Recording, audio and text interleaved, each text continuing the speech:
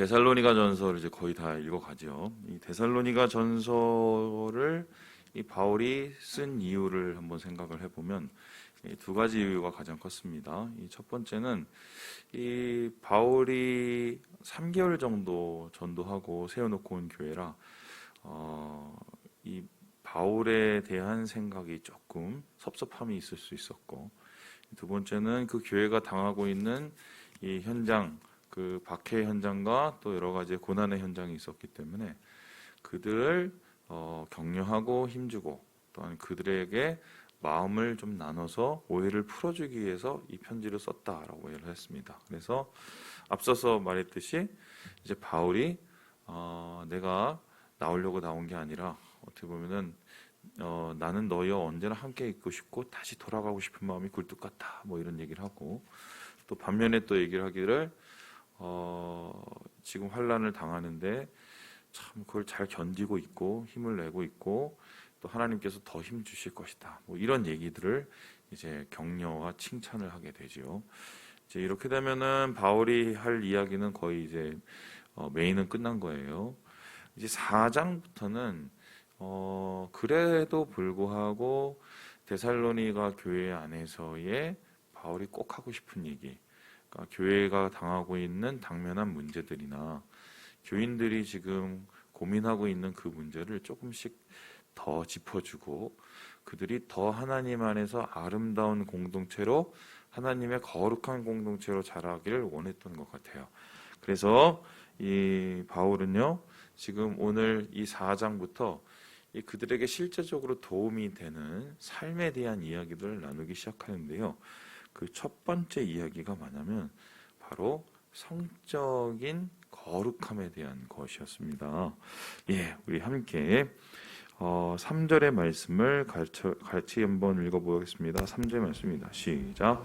하나님의 뜻은 이것이니 너희의 거룩함이라. 곧 음란을 버리고. 음란을 버리라라고 얘기를 합니다. 거룩함을 얘기하고 그들의 교회와 교인들의 삶을 다룰 때 제일 먼저 이 성적 음란함, 성적인 범죄에 대한 것을 다룬 이유가 무엇일까요? 그 교회 안에 성적인 문제가 분명히 있었던 것이고요.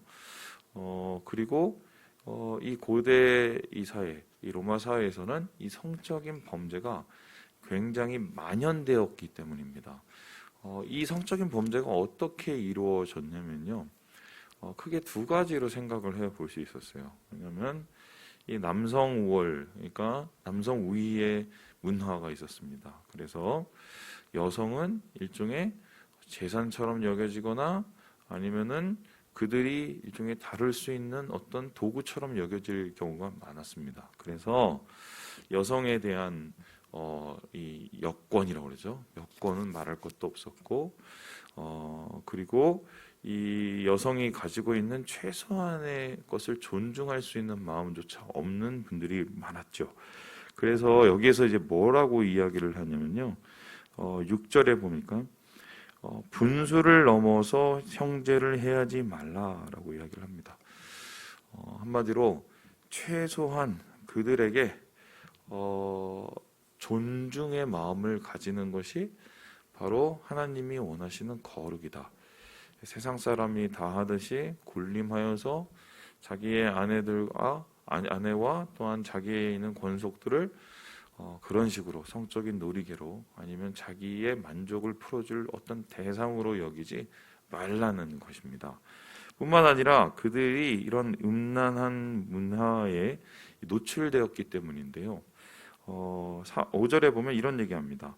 하나님을 모르는 이방인과 같이 세욕을 따르지 말라. 그러니까 이들의 이 남성우위의 문화와 더불어서 이방인의 문화가 있었죠. 그 이방인의 문화는 바로 이 신전으로부터 나왔습니다. 신전에서 어떤 일이 일어납니까?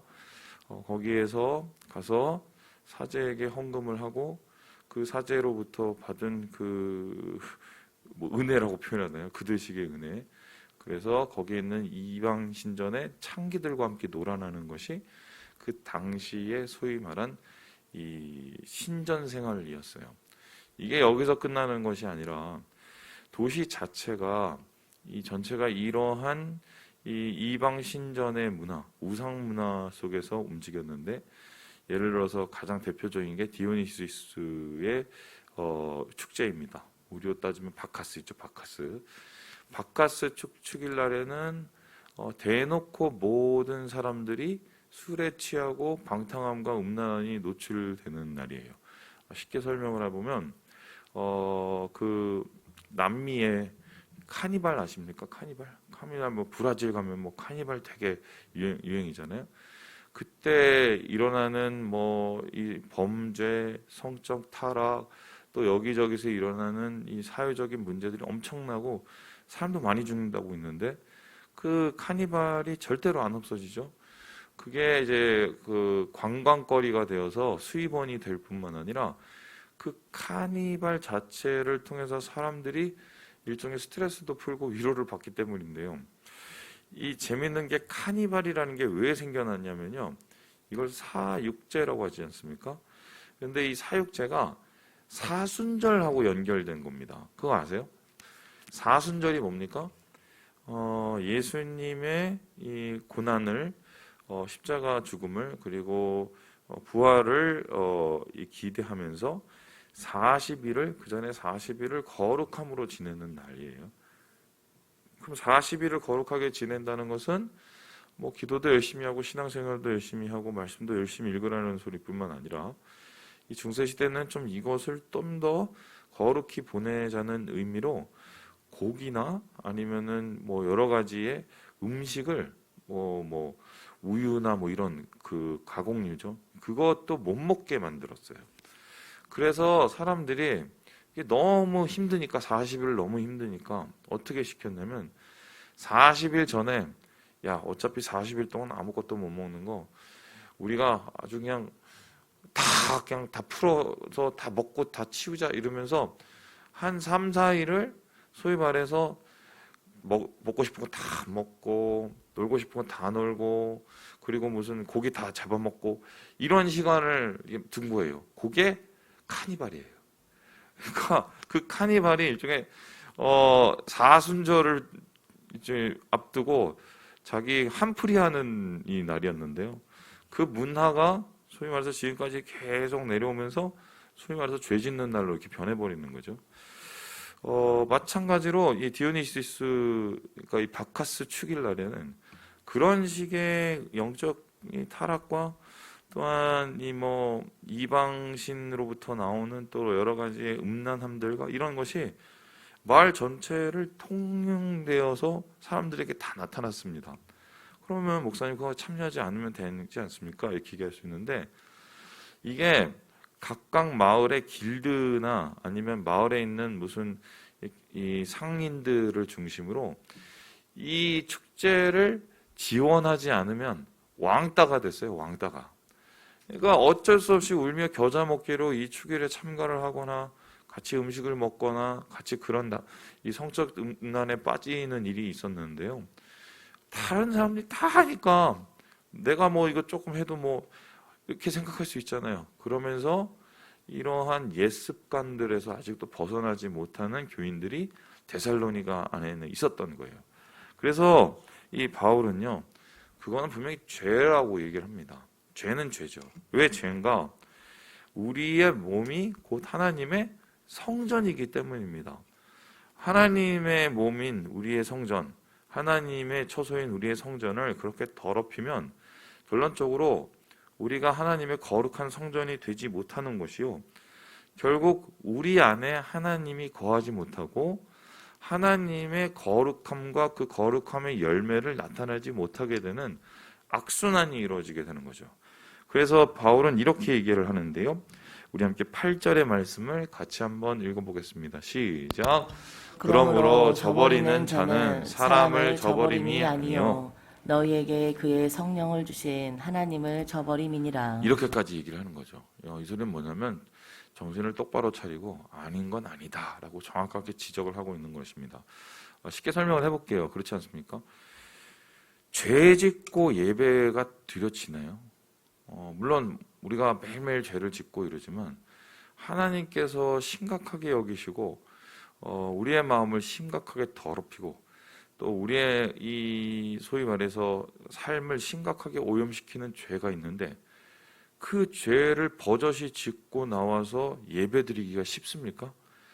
사람이 우리 안에 성령이 있는 한 성령이 좀 그러면 양심이 있어도 그렇게는 못합니다. 찔리기 때문이죠. 그 찔림을 하나님 앞에 회개하고 내려놓고 용서를 구하고 나서 예배를 드리게 되는 거지.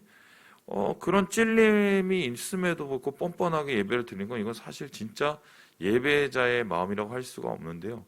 지금 데살로니가 교회를 향해서 그렇게 얘기를 하고 있는 거죠.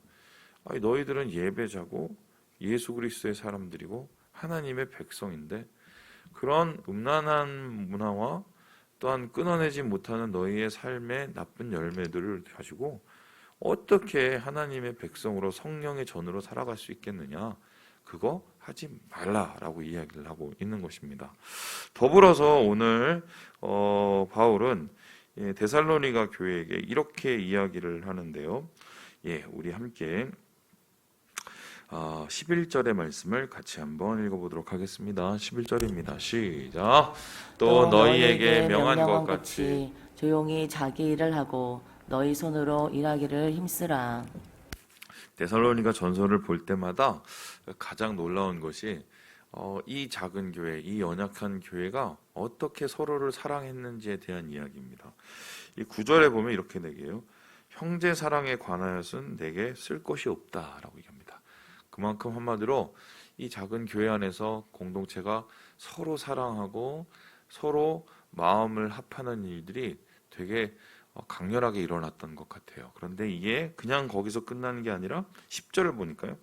온 마게도냐 모든 형제들에 대하여 이렇게 알려졌다라는 것은 자기들끼리만 노는 것이 아니라 주위에 있는 나그네들과 그런 다른 교인들을 향해서도 동일한 섬김과 동일한 구제들을 어떻게든 하고 있었다고 우리가 볼 수밖에 없습니다. 그러면 굉장히 좋은 교회죠. 그런데 이런 교회 안에서도 또 문제가 있었어요. 그 문제가 뭐냐? 누군가 이렇게 구제를 받지 않습니까? 누군가 이렇게 도와주지 않습니까? 도와주는 이유는 우리가 한 공동체고 한 형제고 이웃을 내 몸같이 사랑하라는 주님의 말씀 때문이에요. 그러면은 예를 들어서 교회를 딱 나오는데 아무 이유도 없이 예수 믿는다는 이유고 데살로니가 교회 교인이라는 이유로 궁핍함을 교회에서 십시일반에서 도와줬다고 쳐보세요. 그럼 도와줌을 당하는 그분은 어떻게 됩니까? 내가 이제 이 교회에 나오면 이것저것 이거 다 얻어먹을 수가 있네. 어이구 이런 뭐 땡 잡은 게 있어. 이러면서 매일 나오게 되어서 내가 매일 나오고 매주 예배를 드리고 매달을 예배를 드리니까 나한테 주던 거를 맨날 주시오. 이렇게 요구한다고 한번 생각을 해보세요. 이게 옳은 행동이에요? 나쁜 행동이에요? 옳지는 않아 보이죠? 왜 그렇습니까? 당연하게 교회에 나오면은 도와주는 것은 뭐 맞다 치더라도 그것을 내가 권리인 양 생각하는 것은 잘못된 생각입니다.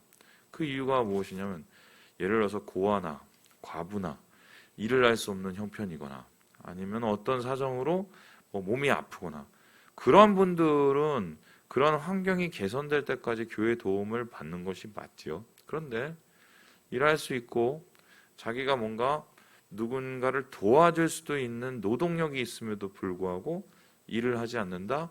교회에 계속적으로 손을 벌린다. 이것은 한마디로 일종의 책임을 회피하는 게 돼버린다는 겁니다. 그래서 이 3절, 11절에 보니까 이렇게 하죠. 조용히 자기 손으로 자기 일을 해라. 이 소리가 뭐냐면 생업에 힘써야지. 생업을 감당치 않고 노동을 하고 그것을 대가를 받을 수 있음에도 그거를 하지 않는 건 이건 문제다라고 이야기를 해요. 그러면서 12절에 보니까 아무 궁핍함이 없게 하려 함이라. 그러니까 우리가 그런 것 같아요. 교회는 연약한 자들을 돌보기 위해서 애써야 되고 또 교인은 자기 스스로가 또 교회에 도움이 되고 누군가의 도움이 되기 위해서 또 스스로 노력해야 되고 이게 서로 상부상조해가고 이 서로 공통의 사랑을 이렇게 나눠질 때 교회 안에서의 풍성한 열매가 일어나지, 일종의 받는 것이 너무나 자연스러워지고 받는 것이 너무나 당연한 것이 되어버리기 시작하면 이거는 주는 사람도 마음이 힘들어지고 받는 사람도 영적으로 그렇게 좋지 않는 것이 되는 거죠. 특별히 이 데살로니가 교회는 좀 더 무시 못할 일이 있었는데 이런 겁니다. 이 너무 힘든 상황 속에서 예수님에 대한 복음을 듣고 이 예수님이 재림을 한다는 소식을 이제 듣잖아요. 아, 예수님이 재림을 하는데 못하러 열심히 살아.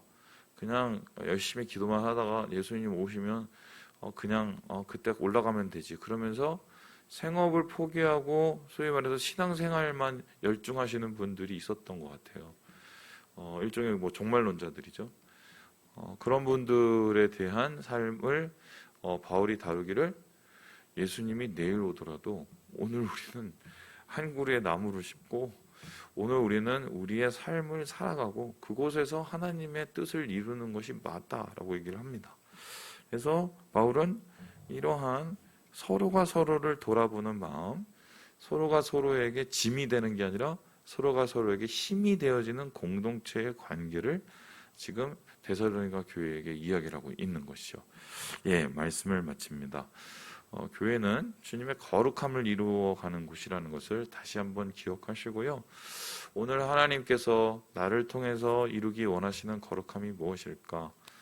성령이 내 안에 계심으로 나를 통해서 역사하시기 원하는 하나님의 놀라운 뜻은 무엇일까를 고민하시고 오늘 하루를 주님 안에서 살아가시는 우리 모든 형제 자매들 되시길 주님의 이름으로 축원합니다.